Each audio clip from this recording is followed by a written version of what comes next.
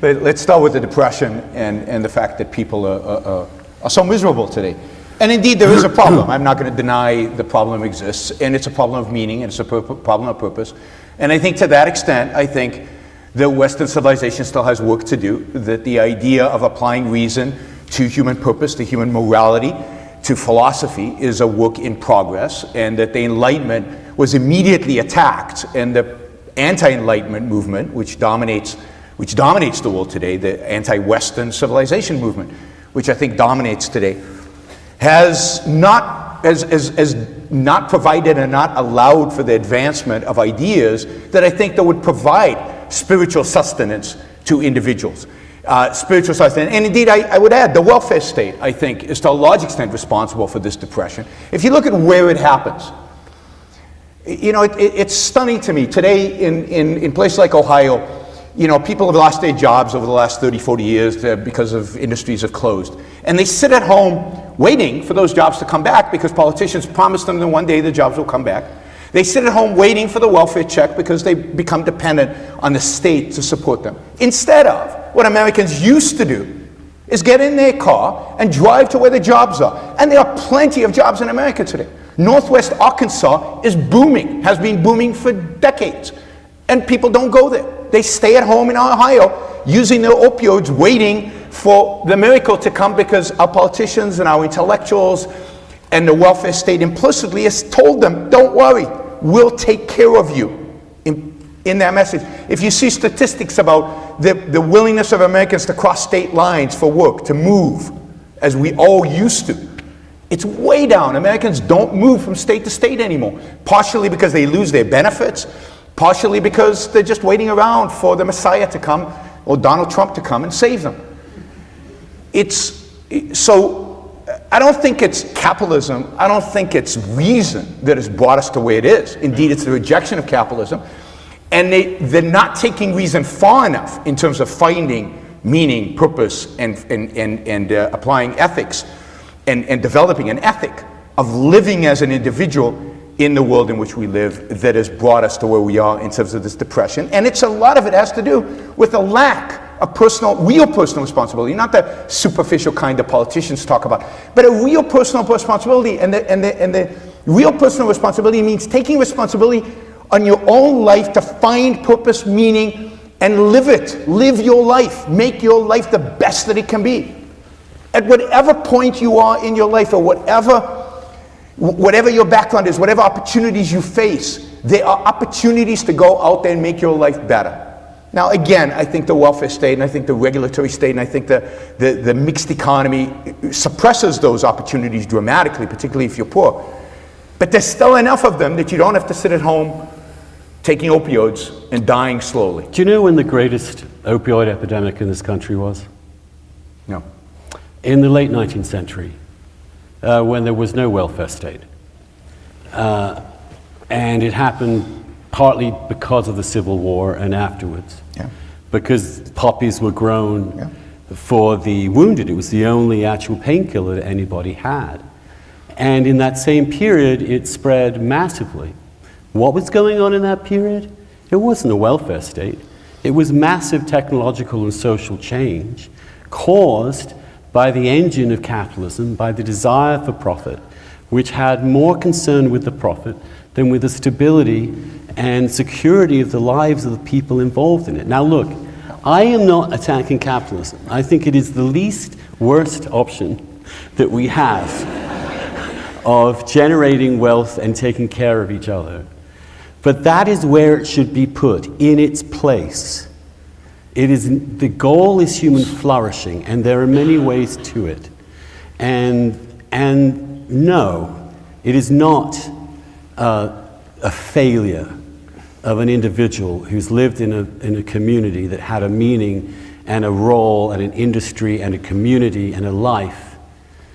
It's not that person's fault when that industry has moved on and those people are left. And there really isn't much to do. The truth is that also capitalism has created now automation and globalization in such a ways that so many more people are actually not going to be needed anymore in our society. And the one thing that people need to be happy is to be needed. And I think those things are qualification. I think we are learning now, as we've learned before in periods of massive disruption, that the people are hurt. And not everybody is capable of doing what you think they're capable of doing. Not everybody is capable of pioneering their own life. Most people don't want that. They want security. They want their family. They want a simple community. They want to live a life in happiness.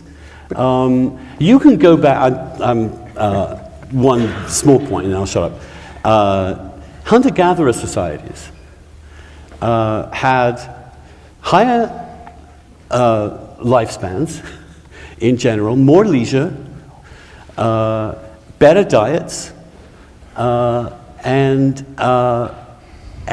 although they had occasional rather bloody fights with one another, nonetheless could be seen to be flourishing human beings in a way in which the early 21st century has not provided. So I disagree with all of that. Not surprising. No, I think if you expect little from people, you'll get little. That is, if you tell people that yes, it's not their fault and they shouldn't strive and they shouldn't be self-starters and they shouldn't go out and pursue their own happiness, then they won't if you say it often enough and reinforce it with the things like the welfare state. And capitalism is an unmitigated, amazing success. To call it the least of all evils is to denigrate it in a way that it doesn't deserve. If you look at human life 250 years ago, 300 years ago, 400 years ago, when the cathedral was bought. I mean, think about what that cathedral required in order to build. All these peasants who were barely surviving, where life expectancy was in the 30s, where they had nothing. And then whatever they had, a little bit is taken from them, or they're put into indentured servitude to build this, in a sense, monstrosity, pyramid. In honor of what? In honor of the elites of the time, in order to serve the elites of the time. No. Yes. In order to worship God. To worship God who has done what for them? They're barely surviving. Half their kids are dying before the age of 10. They live, what was it, brutish, short, and horrific lives. It's not pleasant. So yes, today, life expectancy in the United States the last 3 years has declined a little bit. We're living into our 80s. Technology doesn't provide happiness. Of course it does. It provides the happiness that our children don't die at childbirth. It provides the happiness that we see them grow up. It provides the happiness of providing leisure and entertainment and a million other things, little things that we enjoy. The fact that I can turn on the lights and read a book in the evening instead of going to sleep, because that's all I could do 400 years ago before we had electricity.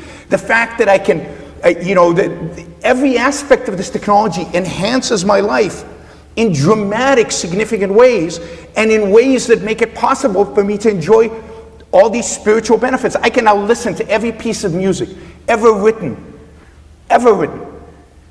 on my iPhone, any time of day, anywhere in the world, at a marginal cost of zero. If that doesn't provide a little bit more happiness, I don't know what does. It surely does provide happiness to me. I love music, and I get incredible spiritual joy from the fact that I can listen to it.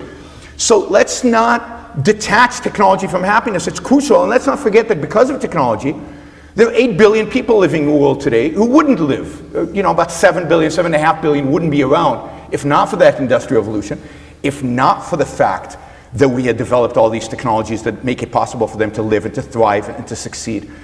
And yes, I do place the responsibility, and the whole idea that technology displaces jobs, but as an economist, really? I mean, this is the argument we've heard for 250 years as economists. The Luddites have always argued that at every point.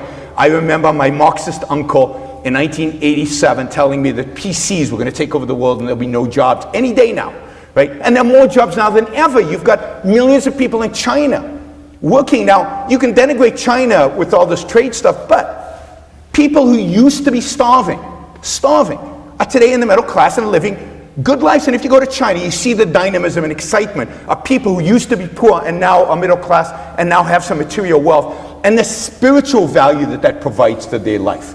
The spiritual value that they now benefit from because they can now live a decent life and don't have to live in squalor in the villages. And you can still go to the villages in China where they still live in squalor.